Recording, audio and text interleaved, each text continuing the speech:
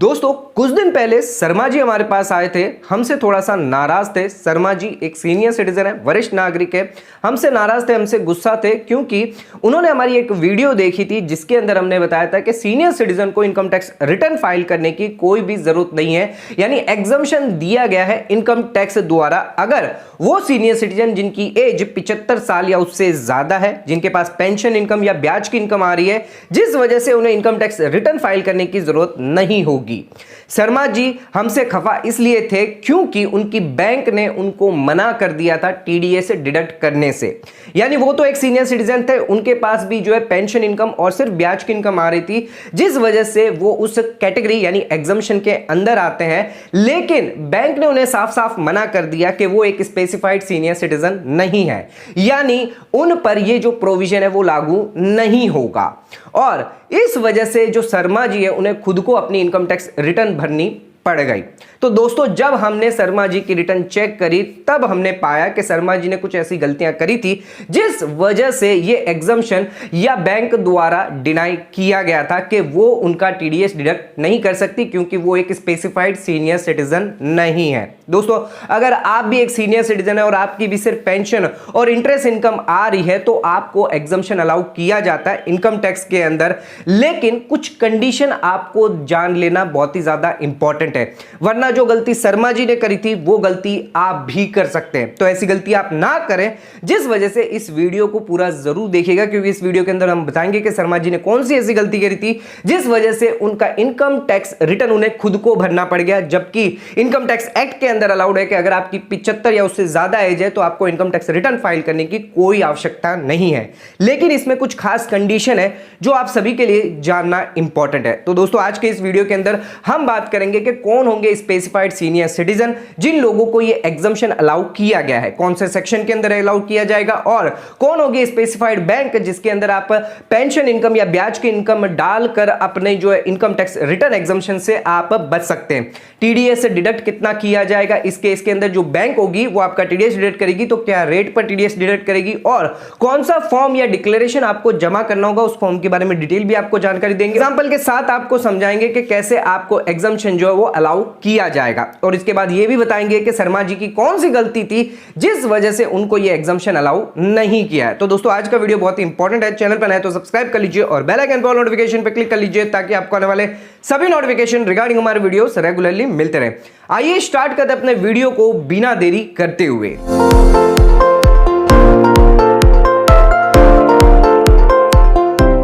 आइए स्टार्ट करते अपने आज के वीडियो को और जानते हैं कौन से ऐसे स्पेसिफाइड सीनियर सिटीजन हैं जिनको इनकम टैक्स रिटर्न फाइल करने की रिक्वायरमेंट नहीं है। सेक्शन 194 पी के तहत इनको एग्जम्पशन दिया है for filing income tax return, भले ही उनका टीडीएस से डिडक्शन की लायबिलिटी क्यों ना हो, उन्हें इनकम टैक्स रिटर्न फाइल नहीं करना है। आइए सबसे पहले यह जानते हैं कौन है स्पेसिफाइड सीनियर सिटीजन। अगर आप एक रेसिडेंट है यानी देश के नागरिक है, इंडिविजुअल है, अगर आपकी एज 75 साल या उससे ज्यादा है, पिछले साल में कभी भी अगर आपकी एज क्रॉस हो जाती है 75 साल या उससे ज्यादा, तो उस केस में आपको यह एग्जम्पशन अलाउ किया जाएगा। लेकिन इसके लिए कुछ कंडीशन है। पहली कंडीशन यह है कि आपके पास सिर्फ पेंशन इनकम ही होनी चाहिए, यानी पेंशन इनकम के अलावा कोई अदर इनकम नहीं होनी चाहिए, जैसे कि रेंट की इनकम हो गई या कैपिटल गेन की इनकम हो गई या इनकम आपको डिविडेंड से मिल रही है, शेयर से मिल रही है, ऐसी कोई भी इनकम नहीं होनी चाहिए। सिर्फ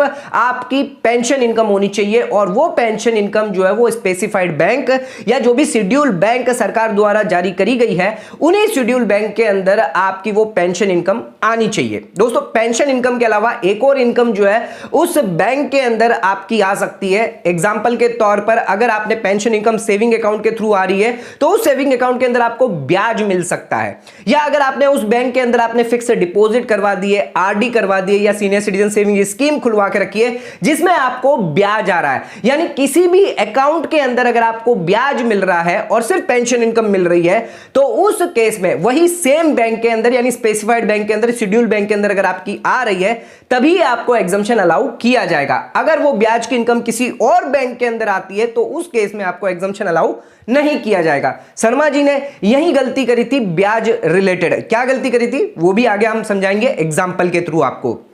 अब जो स्पेसिफाइड बैंक है जिसको आपको डिक्लेरेशन देना होगा, जिसके लिए रूल 26D जारी किया गया है और फॉर्म 12BBA जारी किया गया है, जिसके अंदर आपको डिक्लेरेशन देना होगा। आपको डिटेल देनी होगी, फर्निश करनी होगी कि मैं एक स्पेसिफाइड सीनियर सिटीजन हूं और मुझ पर सेक्शन 194P लागू होता है और मुझे इनकम टैक्स रिटर्न फाइल करने की जरूरत नहीं है, जिस वजह से ये डिक्लेरेशन लेने के बाद बैंक की लायबिलिटी बन जाती है आपका टीडीएस डिडक्ट करने की और आपके डॉक्यूमेंट को संभाल कर रखने की। अब जैसे ही आप डिक्लेरेशन बैंक को जमा कर देते हैं तो उस केस में जो बैंक है वो आपकी टोटल इनकम जो है वो कंप्यूट करेगा। टोटल इनकम कंप्यूट करते वक्त अगर आपने किसी की छूट ली है डिडक्शन की तो वो भी अलाउ किया जाएगा, जिसके लिए आपको डॉक्यूमेंट जो है सबमिट करने पड़ेंगे बैंक के अंदर। अगर आपने लाइफ इंश्योरेंस पॉलिसी ली है या मेडिक्लेम लिया हुआ है या कोई अन्य बेनिफिट लिया हुआ है, डिडक्शन रिलेटेड अगर आपने कोई भी इन्वेस्टमेंट किया है, छूट ली है, तो उस केस में किसी में भी निवेश किया है तो उसका जो डिडक्शन है वो अलाउ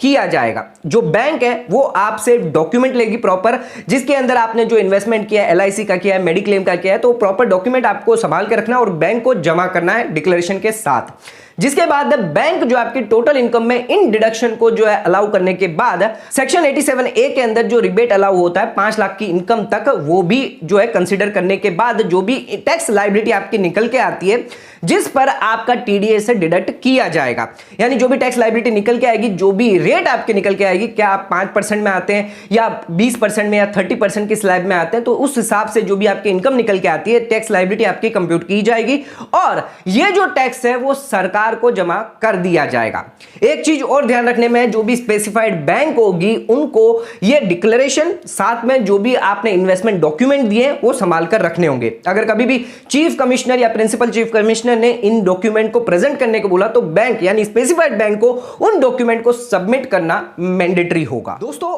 आइए अब जानते हैं कौन है स्पेसिफाइड बैंक। तो स्पेसिफाइड बैंक यानी वो बैंकिंग कंपनी जो आरबीआई द्वारा जारी करी गई है शेड्यूल बैंक, यानी जो भी शेड्यूल बैंक होगी जिसकी लिस्ट जारी करी जाएगी उन्हीं शेड्यूल बैंक के अंदर आपकी पेंशन इनकम आनी चाहिए और उसी शेड्यूल बैंक के अंदर आपकी ब्याज की इनकम आनी चाहिए, जिस वजह से आपको ये एग्जम्पशन जो है वो अलाउ किया जाएगा। आइए जानते हैं क्या होगी टीडीएस रेट। तो टीडीएस रेट हमने ऑलरेडी आपको बता दी, जो भी आपकी इनकम निकल के आती है, टोटल इनकम निकल के आती है, जिसके अंदर चैप्टर 6A के डिडक्शन जो भी होंगे, सेक्शन 80C 80D, इन सभी डिडक्शन को अलाउ किया जाएगा। इसके अलावा जो रिबेट है 87A का वो भी अलाउ करने के बाद जो भी इनकम निकल के आती है और जो भी इनकम आपकी होगी वो स्लैब वाइज देखी जाएगी, क्या 5% में आ रही है, 20% में या 30% में आ रही है, तो उस हिसाब से जो है आपका टीडीएस से डिडक्ट किया जाएगा। आइए दोस्तों जानते हैं कौन सा डिक्लेरेशन फॉर्म आपको देना होगा। तो रूल 26D के तहत फॉर्म नंबर 12BBA, जिसके अंदर क्या डिटेल क्या डिक्लेरेशन आपको देना है, जो भी स्पेसिफाइड सीनियर सिटीजन है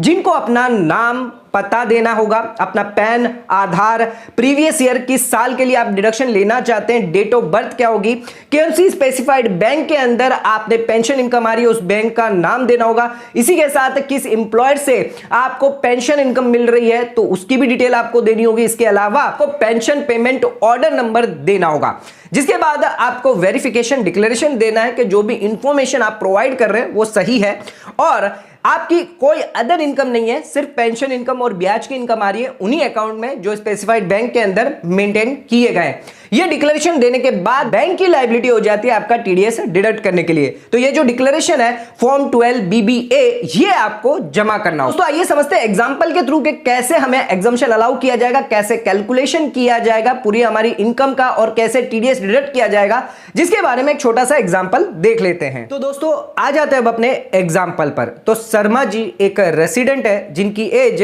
77 ईयर्स है और शर्मा जी को जो है पेंशन इनकम मिल रही है 52,000 पर मंथ, यानी 6,24,000 सालाना शर्मा जी को पेंशन दी जा रही है। शर्मा जी की जो पेंशन है वो SBI अकाउंट के अंदर क्रेडिट हो रही है जो लखनऊ ब्रांच के अंदर है। दोस्तों शर्मा जी ने एक फिक्स डिपॉजिट भी करवा के रखी है 20 लाख रुपए की, जिसमें 8% उनको ब्याज दिया जा रहा है, जिसके तहत 1,60,000 उनका कुल साल का फिक्स डिपॉजिट का ब्याज निकल के आता है, जो उसी सेम SBI बैंक के अंदर उन्होंने करके रखी है। दोस्तों इसके अलावा शर्मा जी पर सेविंग बैंक अकाउंट का 9,500 रुपए तक का ब्याज मिल रहा है और शर्मा जी ने जो 20 लाख की फिक्स डिपॉजिट करवाई थी, जिसमें से 2 लाख की जो फिक्स डिपॉजिट थी वो 5 साल की टर्म डिपॉजिट पर थी, जिस पर सेक्शन 80C अलाउ किया जाता है। आइए दोस्तों अब जानते हैं शर्मा जी की कितनी कुल टोटल इनकम निकल के आती है सभी डिडक्शन एग्जम्पशन लेने के बाद, और क्या टैक्स लायबिलिटी निकल के आती है, और कितना टीडीएस है जो स्पेसिफाइड बैंक को जमा करवाना, क्या Sharma ji income tax return file करने की लायबिलिटी होगी या नहीं होगी, आइए जान लेते हैं। तो सबसे पहले हम कैलकुलेट करते हैं शर्मा जी की पेंशन इनकम। तो शर्मा जी को 52,000 रुपए पर मंथ मिल रहे हैं, यानी 12 महीने के हिसाब से 6,24,000 रुपए शर्मा जी को पेंशन इनकम मिल रही है। अब इन 6,24,000 के अंदर 50,000 शर्मा जी को डिडक्शन यानी स्टैंडर्ड डिडक्शन अलाउ किया जाएगा, जिसके तहत शर्मा जी की इनकम निकल के आती है 5,74,000। शर्मा जी की फिक्स डिपॉजिट थी जो 8% का ब्याज दे रही थी 20 लाख रुपए पे, यानी 1,60,000 का ब्याज एफडी पर निकल के आता है। 9,500 सेविंग बैंक अकाउंट था, यानी कुल ब्याज की इनकम फ्रॉम अदर सोर्सेस से शर्मा जी की निकल के आ रही है 1,69,500,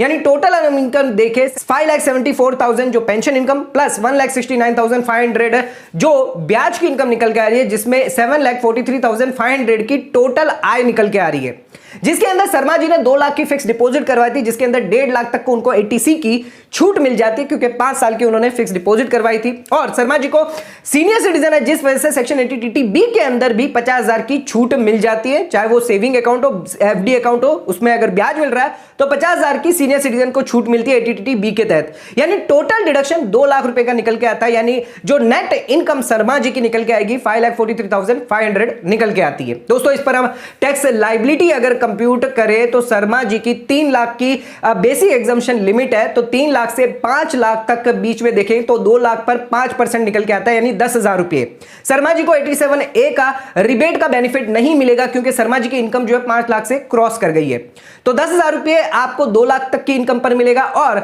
इसके बाद जो 5 लाख से ऊपर 43,500 की जो इनकम थी, जिस पर 20% टैक्स रेट लगेगा, यानी कुल इनकम निकल के आती है 18,700 रुपए, जिसके अंदर 4% एजुकेशन सेस 748 का एजुकेशन सेस निकल के आ जाएगा, यानी 19,448 यानी 19,450 की पूरी टैक्स लायबिलिटी निकल के आ जाती है। तो दोस्तों शर्मा जी की जो टैक्स लायबिलिटी है वो 19,450 निकल के आती है, जो स्पेसिफाइड बैंक द्वारा सेक्शन 194P के तहत ये जो टीडीएस अमाउंट है वो, यानी ये जो टैक्स लायबिलिटी है जो भी टीडीएस निकल के आएगा 19,450 रुपए वो सरकार को जमा करवाना होगा। कौन करेगी? Specified bank. अगर स्पेसिफाइड बैंक ये जमा करवा देती है तो उस केस में शर्मा जी को इनकम टैक्स रिटर्न फाइल करने की जरूरत नहीं होगी। दोस्तों आइए देखते हैं कि अब शर्मा जी ने ऐसी कौन सी गलती करी थी जिस वजह से इनको इनकम टैक्स रिटर्न जो है वो फाइल करना पड़ गया था। क्योंकि शर्मा जी ने अपनी एसबीआई के अलावा भी कोई अन्य बैंक के अंदर फिक्स डिपॉजिट करवा के रखी थी, जिस पे उनको ब्याज मिल रहा था, जिस वजह से शर्मा जी को इस एग्जम्पशन अलाउ नहीं किया गया। यानी शर्मा जी ने एसबीआई के बदले कैनरा बैंक या एसबीआई के साथ कोई और बैंक के अंदर भी उन्होंने फिक्स डिपॉजिट करवा के रखी थी, जहां पर उनकी ब्याज की इनकम आ रही थी, जिस वजह से शर्मा जी को जो स्पेसिफाइड बैंक थी उन्होंने साफ मना कर दिया कि उनका टीडीएस सेक्शन 194P के तहत नहीं डिडक्ट किया जाएगा, वो एक स्पेसिफाइड सीनियर सिटीजन है। तो दोस्तों ध्यान रखिएगा, अगर आपकी ब्याज की इनकम जो है उस बैंक के अलावा दूसरे बैंक से अगर आ रही है, पोस्ट ऑफिस से या कोई अन्य बैंक से आ रही है, तो उस केस में आपको एग्जम्पशन जो है वो डिनाई कर दिया जाएगा। आपको इनकम टैक्स रिटर्न फाइल करना मैंडेटरी हो जाएगा अगर आपकी बेसिक एग्जम्पशन लिमिट क्रॉस कर जाती है without giving effect chapter 6A के जो डिडक्शन है उनको इफेक्ट दिए बिना अगर एक्सीड कर जाते तो आपको इनकम टैक्स रिटर्न फाइल करना मैंडेटरी हो जाएगा। तो दोस्तों हमने ये जान लिया कि किस वजह से आपका एग्जम्पशन डिनाई किया जा सकता है। आइए जान लेते हैं सभी कंडीशन जिसके बारे में हम बात करेंगे कि सेक्शन 194P के तहत कौन सी कंडीशन है जिस पर आपको एग्जम्पशन अलाउ किया जाता है। दोस्तों ध्यान रखिएगा, आपकी जो कंडीशन, पहली कंडीशन हमने आपको बताई, आपको रेसिडेंट होना है, सीनियर सिटीजन होना है, यानी आपकी एज 75 साल या उससे ज्यादा होनी चाहिए।